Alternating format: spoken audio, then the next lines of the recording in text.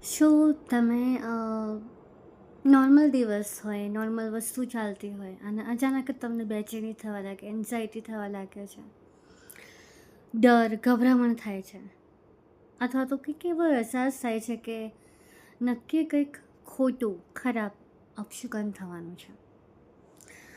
જય શ્રી કૃષ્ણ. હું છું માનસી દેસાઈ, શાસ્ત્રી કૃષ્ણ સખી. ઘણીવાર એવું હોય કે તમારી આત્મા એટલી શુદ્ધ છે, તમારી આત્મા એટલી પ્યોર છે કે એને એ વસ્તુ ખબર પડી જાય છે જે આપણા મનને કે આપણને ખબર નથી પડતી, અને આ વસ્તુ બહુ મહત્ત્વની છે.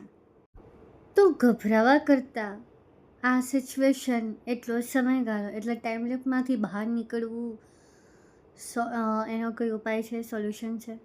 ઘણીવાર આપણે ગભરાઈ જઈએ છીએ અને સોલ્યુશન સામે હોવા છતાં પણ નથી મળતું. તો ગભરાવાની જરૂર નથી. તમારી ગભરામણ તમારા મગજના દરવાજા બંધ કરી શકે છે. પણ આપણે આવા કપરા સમયમાં, હું તો એ કહું છું કે એન્ઝાયટી શું કામ? તમારા ખરાબમાં ખરાબ સમયમાં પણ હું જે આગળ પ્રયોગ બતાવવા જઈ રહી છું, એ પ્રયોગ તમે અપનાવશો તો તમને રસ્તો યુનિવર્સ આપશે. રસ્તો તમારા કુળદેવી, તમારા ઈષ્ટદેવ, તમારા ગ્રહ નક્ષત્રો, તમારા ભગવાન જેને તમે માનો છો એ આપશે. તમારા પિતૃઓ પણ તમને રસ્તો બતાવી શકે છે. પણ ગભરાવા કરતાં એ રસ્તો કરવો ખૂબ જરૂરી છે. કરવાનું ફક્ત સિમ્પલ વસ્તુ છે, પણ દરેક વ્યક્તિ કરી નથી શકતા, એટલે જ આપણે તકલીફમાં મુકાઈએ છીએ. કરવાનું તમારે એટલું જ છે કે સ્નાન કરી લેવાનું છે તમારે. ભલે તમે નાહી લીધું હોય સવારે, પણ સ્નાન કરી લેવાનું છે. કેસરી, પીળા અથવા સફેદ કલરના વસ્ત્રો ધારણ કરવાના છે.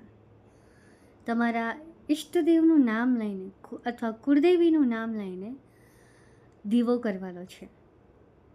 7 દિવેટ અથવા 5 દિવેટનો. એ દીવો કર્યા બાદ તમારે તમારા કુળદેવીનું જે બીજ મંત્ર હોય એ બોલો, અને એની સાથે બજરંગ બાણના 7 અથવા 11 અથવા 21 અથવા 108, આ જે આંકડા કીધા 11, 21 અને 108 વાર બજરંગ બાણ તમે કરો. અંતે હનુમાન ચાલીસા બોલવાની છે, અને તુલસીદાસજીની જગ્યાએ તમારું નામ લઈને એ આંખ બંધ કરીને હનુમાન ચાલીસાને પૂર્ણ કરવાની છે. બસ આટલું જ કરવાનું છે, બીજું કશું જ નહીં. કોઈ મંત્ર નહીં, કોઈ વિધિ વિધાન નહીં, બસ આટલું જ.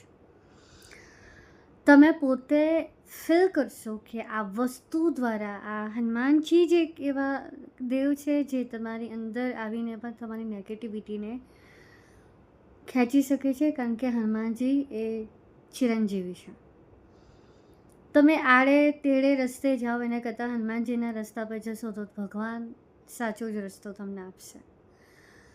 અને આ વસ્તુ કર્યા બાદ તમને ધીરે ધીરે ધીરે ધીરે તમારા મનમાં, તમારી આત્મામાં ફેરફાર દેખાશે.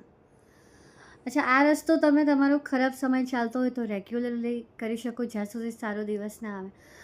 હવે આનાથી એક સ્ટેપ ઉપર વધીને હું તમને કહું તો, જે વસ્તુએ તમને ખરાબ સમયમાં સાથ આપ્યો, ખરાબ પરિસ્થિતિમાં તમારા વફાદાર રહી, તો ધારો તો આ વસ્તુને તમે આ જીવન માટે તમારી સાથી બનાવી શકો, તમારા જીવનની ચાવી તરીકે તમે બનાવી શકો.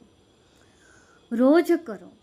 અને સર્વોત્તમ સમય હું તમને કહું તો રાત્રે સૂતા પહેલાં. મારા વિશ્વાસ ઉપર વિશ્વાસ મૂકજો, ચિરંજીવી દેવ હનુમાનજી પર વિશ્વાસ મૂકજો. તમને ધાર્યું કામ ફળ તમને ચપટીમાં આપશે. અને જીવનભર કરશો તો તમને એ મળશે જે કદાચ તમે વિચાર્યું નથી, સાંભળ્યું નથી, જાણ્યું નથી, વિચારમાં પણ તમે નથી લાવ્યા, એ વસ્તુ મારા હનુમાનજી તમને ચોક્કસ આપશે.